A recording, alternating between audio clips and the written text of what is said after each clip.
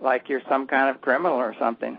Well, you've experienced it firsthand, and so have I. Yeah. Oh yeah, yeah.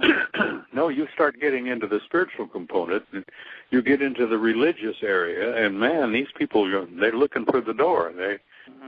They're heading for the windows. They don't even want to talk about it because most of them are aware that among the fundamentalists on the planet, this whole thing is pure dynamite.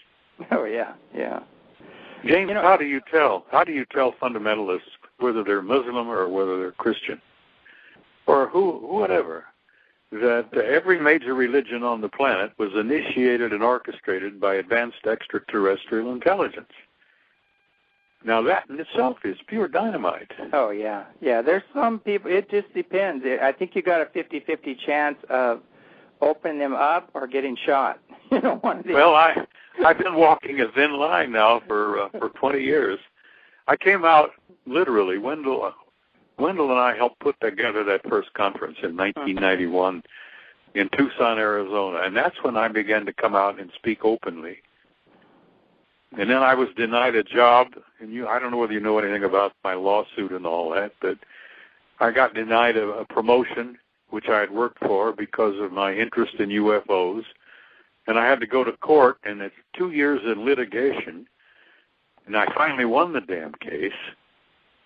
But, when you come out and admit openly that not only are you interested in the extraterrestrial presence, but that you've been working and researching in it for years, man, there are people who want to throw rocks at you.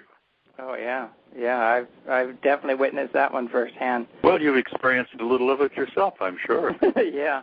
You know what's funny though? I don't get very much heat from the fundamentalists. I mean, I am in the middle of Baptist country here, where there's just basically loggers and ranchers, and they, because there is so much activity here. There's been so much activity for so many years in the even Kenneth Arnold, who coined the word flying saucers, lost sight of them when they landed on the western slopes of Mount Adams here.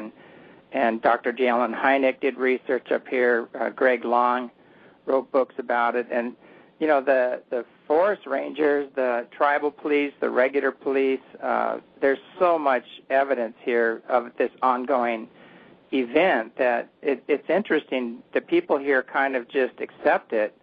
They don't really want to talk about it, and they don't want the other churchgoers to know about it, but they come up to me on the side and they go, I know what you're doing, and they are here. I've seen them. Well, James, I'm convinced that they have a major facility there underneath Mount Adams. Yeah, they definitely do. And I think they've had it for years or centuries, perhaps. Yeah, we have footage of the door opening and things flying out of it. So, I became a recluse here. Oh, was it about in 2003? I made a speech up at the Bay Area conference. And I says, I'm out of here. I'm finished. I've done enough. I'm not going to do this anymore. And I was up to my ears, I was fed up with the infighting, the rock throwing, the mudslinging. And I says, I'm out of here. I've gotten enough flack from authorities, let alone guys in my own community, as it were. And I came back to Phoenix, James, and I became a recluse for 5 years. And I sat here, and my son teased me about it. He says, "You old fart, you're committing suicide slowly. Drinking strong coffee and smoking big cigars and eating lots of steak." But anyhow, during those 5 years, James, I became quite dedicated to introspection, reflection, meditation, and then I began to do some serious remote viewing. And I had been encouraged, by Joe McMoneagle and a few of the other guys who had been in the Army program. And I've been doing some serious remote viewing, and it's amazing what the hell you can do, and I'm convinced you do a little bit of it yourself. Yeah, I do a little bit here and there. And I found out, first of all, and this goes back years, but the old remote viewers, some of the better ones, Pat Price, who used to be a cop in L.A., they remote viewed major extraterrestrial facilities on the planet. There's one under Mount Hayes in Alaska. Mm-hmm. There's a major one in the middle of Australia at Pine Gap, underground. There's another one at, a mountain in the Pyrenees there between France and Spain, Mount Perdido. And then surprisingly enough, there's one in Zimbabwe. But I've been doing a little remote viewing, and it's kind of interesting because when you get into their facility, you extend your consciousness into the facility, they know you're there. Yeah. They do. They perceive your presence. Oh, yeah. And if they don't want you, sometimes they just kind of let you wander around. And other times they kind of, shut the windows on you, as it were. Uh-huh. And you can't see anything. And then you wake up and, you come back into your full consciousness and you say, well, I'll try it again later. Yeah. But I'm convinced they have a facility under Mount Adams and have had one for a long, long time. Oh, the evidence is just overwhelming. It goes back hundreds of years to the Native American lore. And they said they used to bring their wounded and the people that were very ill or sick up to this special place, and then they would take them into the mountain, and they'd come back out in a day or two completely healed of broken bones and things of that nature. And so it's and we see these things going in and out and in and out, and a lot of your friends have been up here too, I might say. Actually, Robert Salas was just here. I've met him. Oh, I know. Well, yeah. Yeah, and he got to watch them fly around the mountain, and this massive light just flying all over the mountain, and he saw them fly over us and power up and do their little display. So he got to see firsthand. He was here. We had one clear night, and it was kind of half in and half out of clouds, so we couldn't see a whole lot that night when he was here. But he said, "I'm definitely coming back." Well, they definitely got a program, and they're trying to enlighten us. Gently, slowly, carefully, with a non-threatening kind of thing. And, you're going to be seeing more and more of them hovering over airports and cities. And you're going to be seeing bigger ships. I've been speaking out pretty bluntly here for a number of years, and I've been showing some NASA photographs. And I've got a photograph from NASA taken by Apollo 13 when they were on the way to the moon that, my God, there's heavy traffic out there, James. Yeah. Heavy traffic. And one of the things that Apollo 13 photographed was 5 miles long. Now, when one of those big mothers hovers over Chicago on a clear day and sits up there, 5 miles or so above the city, and stays there long enough for everybody with a camera to get a picture, they'll up the ante slowly, gently, carefully, because they're very perceptive. Good God, James, they know us better than we know ourselves. And they've been, nurturing us and guiding us and instructing us for a long time. And then our government got deeply involved in it in 1954.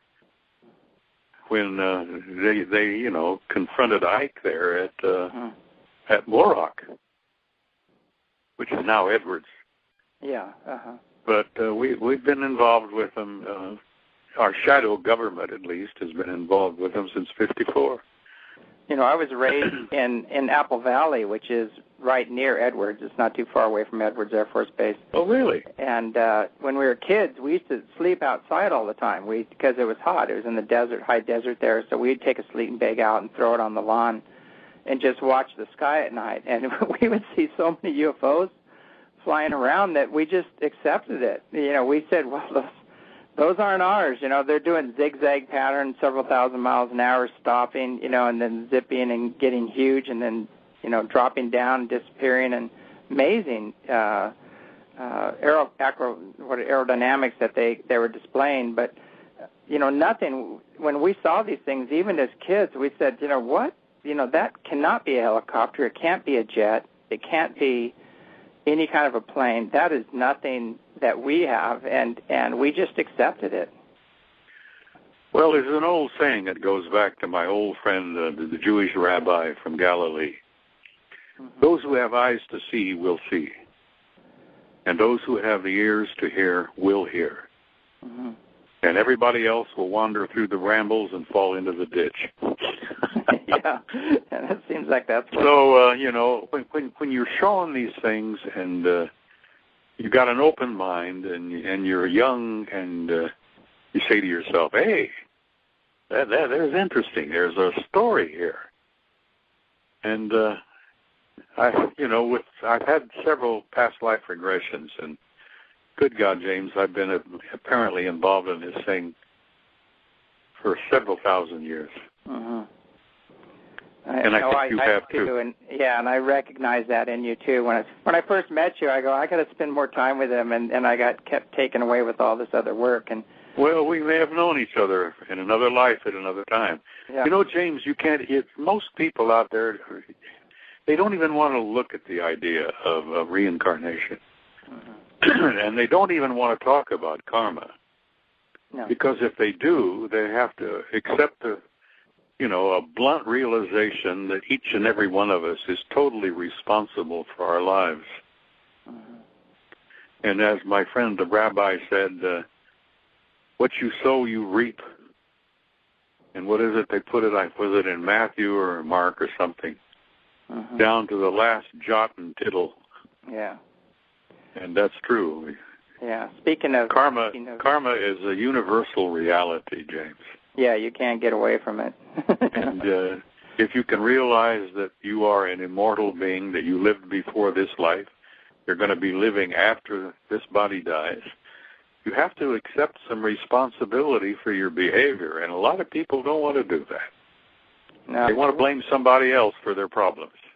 I know they want to blame the devil or give credit to God for everything. And to take responsibility for the choices they've made and the attitudes and emotions that they're carrying around. If they could just grasp that there's a spark of pure divinity within each and every one of us, you see. We call it the human soul, but it literally is a spark of God. And we are divine creatures ourselves. And once you accept that, then you have to assume the responsibility for your own behavior. Yeah, you've got to ignite. I always feel that spark is the one consciousness that encompasses all consciousness on all planes and dimensions. Oh, yeah, God. Throughout the multiverse. You're right on. You're right on. And we just have to ignite that spark and get through all this fear and guilt and unworthiness and programming, get beyond that, ignite that spark, and then walk as the divine being we were created to be. You got it. Yeah. But, I mean, I'm not telling you anything you didn't already know. But well, you always struck me, as I said, first time I ever met you, I recognized you. You were an old soul. Well, thank you. We fought a few battles along the way. I mean, we've been together, I'm sure, in other lives. Yeah, they keep telling me I'm an old Palladian warrior. Well, I wouldn't be a bit surprised. Yeah. Speaking of that, do you know which race that you were in contact with, that you've had an ongoing connection with? Well, the ones that I've been personally involved with, and the ones that have taken me aboard their ship, are tall and human. I think most people call them the Nordics. Yes. But, they're not all tall blondes. Some of them have, the ones I've seen, some of them have, chestnut-colored hair, green eyes, blue eyes. So they're a variety. They're not all the same. But I think that the group is referred to by most of them as the tall blondes. But actually, they're not all blonde, and they're not all tall. Now, I've run into some. While I was aboard the ship, I've been aboard ship, I guess, 4 or 5 times that I can remember. That I've run into some, James, that were pretty damn big. I mean, 8 and 9 feet tall. And they're pretty impressive dudes. And like Andromedans there. Well, from what I've been able to piece together, they're probably nobility from what Sitchin would call the original Anunnaki. And the Anunnaki are such geniuses when it comes to genetic engineering that they have engineered themselves, and they've created themselves. There is 4 different levels among them. There's the nobility, which is 8 and 9 feet tall, and I mean those are big dudes. You have, I'm 6 feet tall, and